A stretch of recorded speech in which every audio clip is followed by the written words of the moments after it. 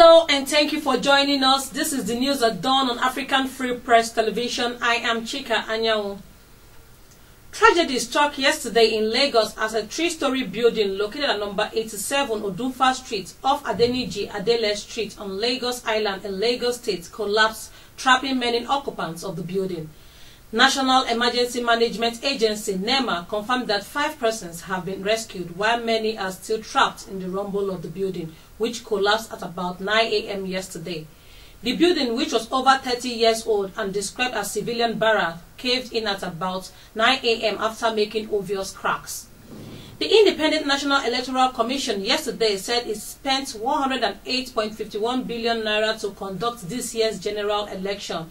The Commission equally got 5.207 billion naira as support from various development partners for electoral purposes. The disclosure, which was contained in the 233-page comprehensive document of the 2015 General Election Report presented to the public in Abuja yesterday, equally revealed that INEC spent 1,749 naira on each individual registered voters.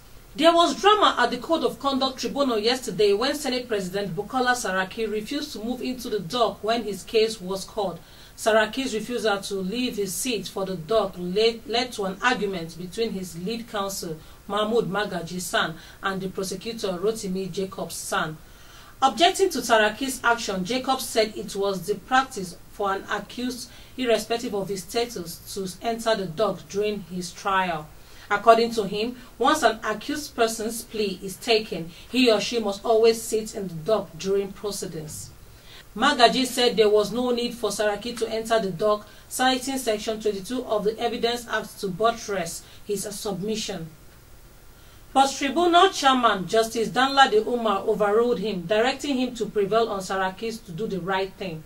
Shortly after Saraki moved into the dock, Jacobs sought an adjournment to enable the tribunal await the Court of Appeal's judgment in the defendant's appeal.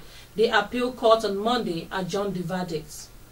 Meanwhile, unknown but heavily armed men allegedly kidnapped 3 persons, including 2 pregnant women, at Maraba Jos in Igabi local government area of the Kaduna State at about 2 a.m. last Monday.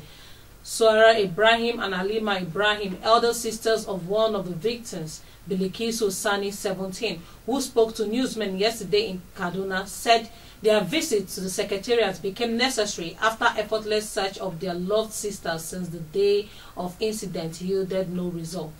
The middle-aged women, who looked physically troubled, said they had extended the search to Nigerian Police Force Headquarters, Directorate of State Service, and 1 Divisional Army Headquarters, all in Kaduna, without any trace.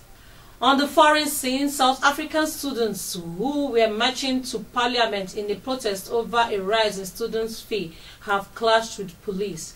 Police fired stun grenades as the protesters were trying to force their way into the parliamentary complex.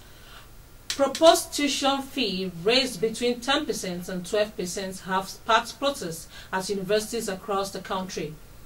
Students have complained that higher fees may exclude poorer black students.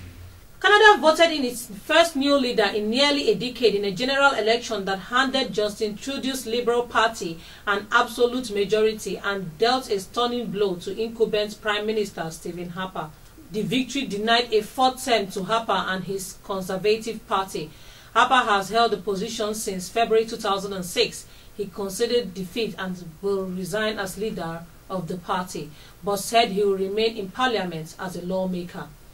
Kevin De Bruyne struck a late winner for Manchester City against Sevilla to earn his side 3 precious Champions League points in an entertaining game. It was a delightful finish for the Belgian player.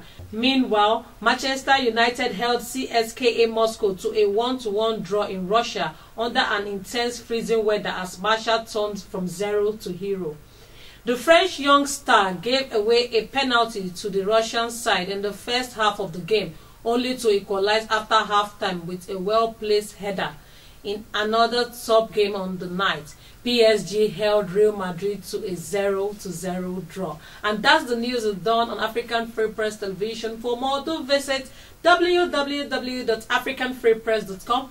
Follow us on Twitter at African Free Press with a single S, and like africanfreepress.com on Facebook. I am Chika Anyanwu. Good morning, Africa.